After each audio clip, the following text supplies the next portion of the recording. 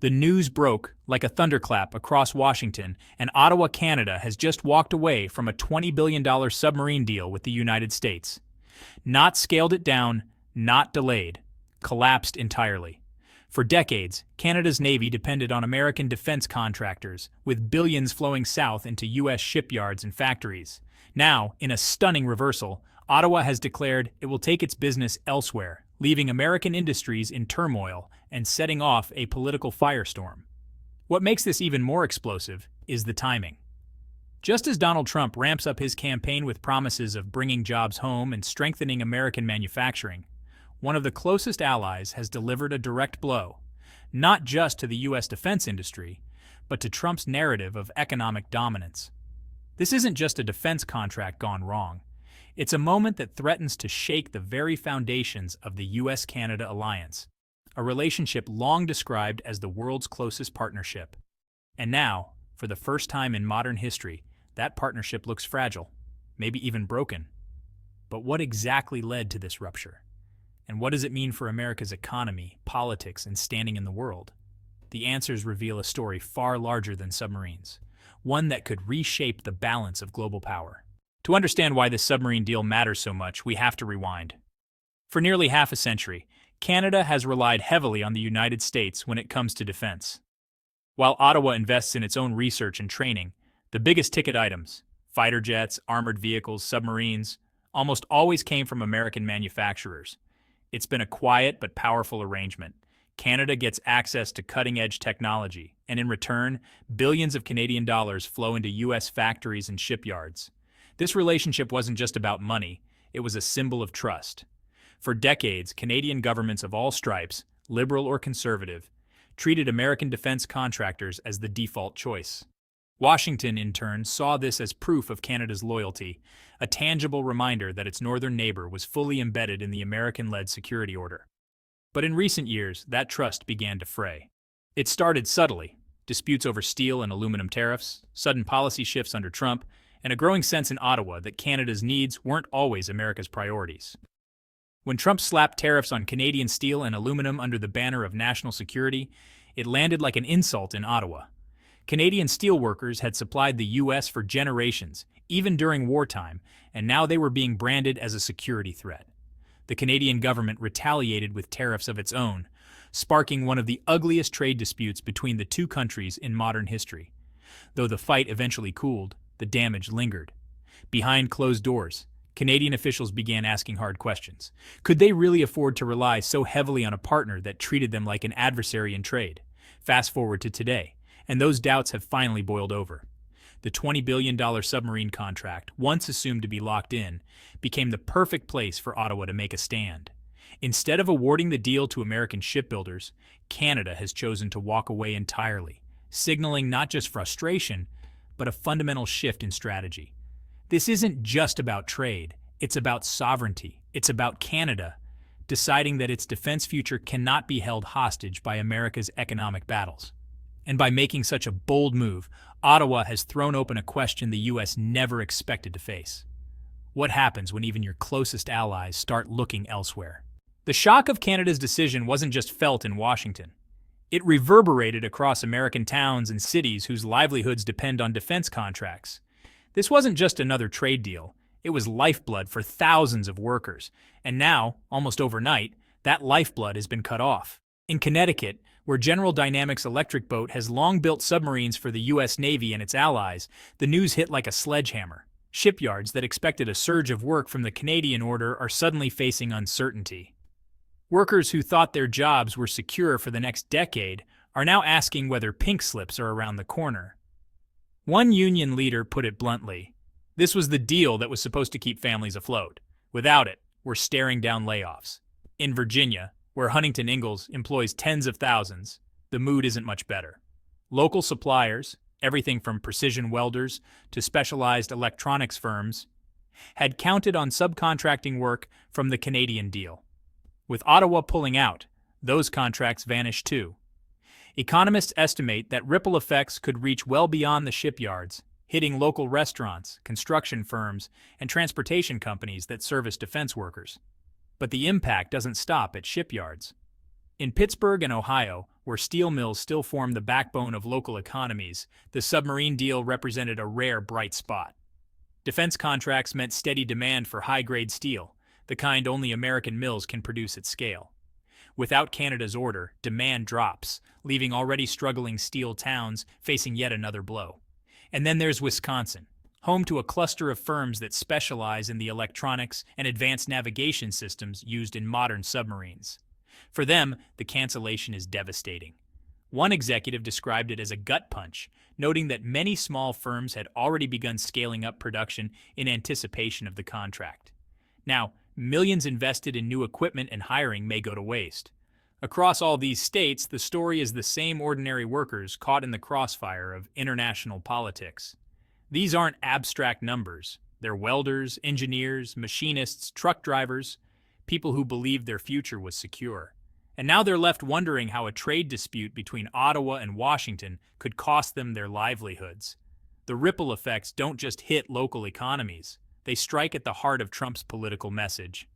For years, he has promised to protect American workers and punish foreign governments that take advantage of the U.S. But now, those very workers, in regions that form the backbone of his political base, are suffering because of policies meant to project strength. And that contradiction is setting the stage for a political storm unlike any we've seen in years. The collapse of the submarine deal didn't just create economic turmoil, it detonated a political bomb in Washington. Almost immediately, both parties scrambled to shape the narrative, turning Canada's decision into ammunition for their own battles. On one side, Trump's allies rushed to frame Ottawa's move as a betrayal. Conservative commentators blasted Canada for undermining the alliance and accused Prime Minister Trudeau of playing politics at America's expense. Trump himself, never one to hold back, took to social media declaring that Canada had stabbed America in the back and promising swift retaliation. His message was simple. This wasn't about tariffs or trade policy, it was about disloyalty. And in Trump's telling, Canada had crossed a line. But Democrats saw things very differently. For them, the submarine fiasco wasn't about Canada turning rogue. It was about Trump's own policies backfiring. They pointed to the steel and aluminum tariffs as the trigger, arguing that Canada's decision was the inevitable result of years of antagonism. Senator Elizabeth Warren summed it up in one sharp line. When you treat your allies like enemies, don't be surprised when they stop acting like friends. The political stakes are especially high because of where the economic fallout is concentrated. States like Michigan, Pennsylvania, and Wisconsin, all swing states critical to winning the White House, are among the hardest hit. Factories in these regions supply parts for shipbuilding, electronics, and heavy industry tied directly to the canceled contract. Workers in these areas were told Trump's trade wars would protect their jobs. Instead, they're watching those jobs evaporate. For Democrats, this is a golden opportunity. They're already launching ads highlighting laid-off workers, blaming Trump's tariffs, and painting him as a president who talks tough but leaves ordinary Americans paying the price. For Trump, the challenge is to flip the script, to convince his base that Canada, not his policies, is the true villain. And here's where the clash gets personal. Trump's brand has always been built on projecting strength, standing up to rivals, cutting deals, and promising to win for the American worker. But this submarine deal collapse strikes at the very core of that promise. How can he claim to be bringing jobs home when an ally, not China, not Russia, but Canada, is walking away from billions in contracts? The political fallout is more than just partisan sniping. It's a test of whether Trump's narrative of economic nationalism can survive real-world setbacks. And as the 2024 election cycle heats up, the timing could not be worse. Because while Washington debates blame, the world beyond America's borders is watching closely, and what they see could shift the balance of global alliances. The shockwaves from Ottawa's decision didn't stop at North America's borders. Around the world, America's allies and rivals alike are now asking the same question. If Canada can break away from a defense deal this big, who might be next? Among U.S. allies, the mood is unsettled. In London, British officials, already frustrated over years of transatlantic trade disputes, are watching closely. The UK relies heavily on American defense technology, but it also faces pressure to strengthen its own domestic industry. If Canada can walk away without immediate consequences, some in Britain are quietly asking whether it's time to rethink their own dependence. In Tokyo, Japan's leaders are taking note as well. Japan has long been one of America's most reliable security partners, but it's also balancing a delicate regional rivalry with China. For Tokyo, Canada's move is a warning. Even close allies can push back when U.S. policies become too heavy-handed. Some analysts suggest Japan may now accelerate investments in homegrown shipbuilding just to ensure it isn't left vulnerable to American politics. Then there's Australia, another cornerstone ally. Canberra has already clashed with Washington over defense procurement in the past, particularly with disputes around submarine technology. With Canada now openly rejecting American suppliers, Australian policymakers may feel emboldened to chart their own course. But it's not just allies paying attention. In Beijing and Moscow, the reaction is almost celebratory. For China, the collapse of the US-Canada deal is proof that Washington's grip on its closest friends is weakening. Chinese state media have already framed the story as evidence of America's decline, calling it a clear sign that US hegemony is fading. Russia, too, is seizing on the narrative, arguing that if America can't even hold Canada's loyalty, it certainly can't expect to dominate the global order. The real danger for Washington isn't just the loss of one contract, it's the precedent. If other allies decide that the risks of relying too heavily on America outweigh the benefits, the entire web of US-led defense partnerships could begin to fray. What was once unthinkable, allies choosing independence over American protection, suddenly looks possible. And that's where the geopolitical stakes rise even higher, because submarines aren't just weapons, they're symbols of deterrence, sovereignty, and trust. And when one of America's closest allies decides it no longer trusts the United States enough to buy them, the message to the rest of the world is unmistakable. The balance of power is shifting. At first glance, the collapse of a submarine deal might sound like a story about money and contracts, but in reality, it's about something far bigger: power, sovereignty, and the future of alliances. Submarines aren't ordinary trade goods. They are strategic weapons, designed to lurk unseen beneath the waves, carrying the ability to project power, defend coastlines, and in some cases even deliver nuclear deterrence. When a nation chooses where to buy its submarines, it's not simply making a purchase. It's making a statement about who it trusts with its security. That's why Canada's decision cuts so deeply. By walking away from U.S. shipyards, Ottawa isn't just shifting dollars elsewhere. It's signaling that America is no longer the automatic answer when it comes to the most sensitive questions of national defense. For decades, Canadian governments reflexively turned south, confident that Washington would be both a supplier and a protector. Now, for the first time in living memory, Canada is charting a different course, and the symbolism doesn't end there. For the U.S., this isn't just the loss of a customer, it's the loss of a signal, a visible reminder to the world that America remains the hub of the Western alliance system. Every time an ally bought American submarines, tanks, or jets, it reinforced the image of U.S. leadership. Canada's rejection weakens that image, suggesting that even the closest partners may no longer see Washington as indispensable. There's also a message here about independence.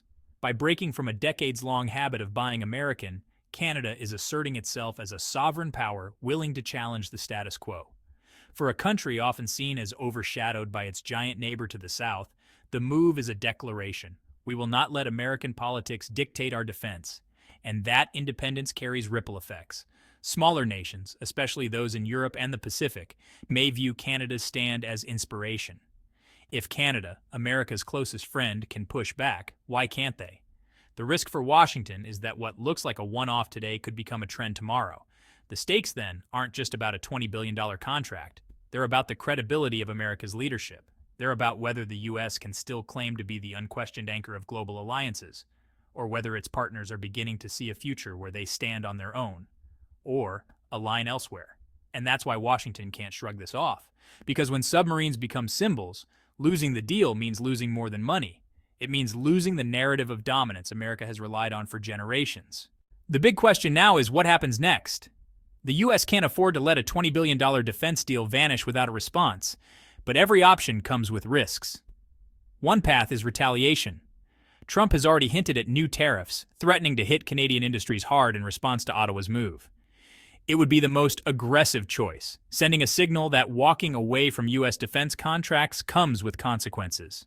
But there's a catch: doubling down on tariffs could backfire, just as the first wave did. Instead of bringing Canada back into line, it might drive Ottawa even further away, deepening the rupture and encouraging other allies to resist American pressure. Another option is emergency funding. The White House and Congress could scramble to replace the lost Canadian order by pumping billions into U.S. shipyards directly, framing it as an investment in national security. This would protect jobs in Connecticut, Virginia, and beyond, while insulating Trump from political fallout in key states. But here, too, the risks are clear. Where does that money come from? And how do you justify taxpayer dollars filling the gap left by an ally that no longer wants to play ball? Then there's the possibility of finding new buyers. The U.S. defense industry is vast, and nations around the world are constantly in the market for advanced military hardware. American officials could pivot, offering the submarines to countries in Asia, the Middle East, or Europe. Yet this approach isn't simple. Submarines are custom-built to meet the specifications of each buyer, and shifting them to new customers could take years. In the meantime, the damage to America's reputation would remain. The truth is, none of these options fully solves the problem. Retaliation risks escalation. Emergency funding risks political backlash, and finding new buyers risks delay and uncertainty, which leaves Washington facing an uncomfortable reality. There may be no easy way to undo the damage, and that's exactly why the stakes feel so high. This isn't just about fixing one broken deal. It's about what the collapse represents: the possibility that allies are no longer bound to America in the way they once were. If Washington can't find a convincing response, it may embolden others to follow Canada's lead, triggering a domino effect of defiance. The U.S. is now caught in a strategic dilemma. Act too harshly, and it risks driving partners away. Act too softly, and it risks looking weak. Either way, adversaries like China and Russia are watching, ready to exploit hesitation. The wrong move could accelerate America's decline as the world's central power. The collapse of Canada's $20 billion submarine deal isn't just about lost contracts or even bruised pride. It's a signal, a warning shot that America's grip on its allies may no longer be as unshakable as it once seemed. For decades, Washington could count on partners like Canada to fall in line, to outsource their defense needs to U.S. shipyards and manufacturers without question. That loyalty wasn't just convenient. It was the foundation of America's claim to leadership in the Western world. But now, that foundation is starting to crack.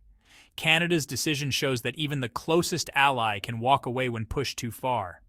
And if it can happen with Canada, the neighbor with whom America shares its longest border, its deepest trade ties, and its most integrated defense systems, what's stopping others from making the same calculation? The symbolism is powerful. Submarines are more than machines. They're statements of trust. By rejecting American submarines, Ottawa is rejecting more than a contract. It's rejecting the assumption that America is always the answer. And that leaves the U.S. facing a bigger question. Is this the beginning of the end of its dominance over allies?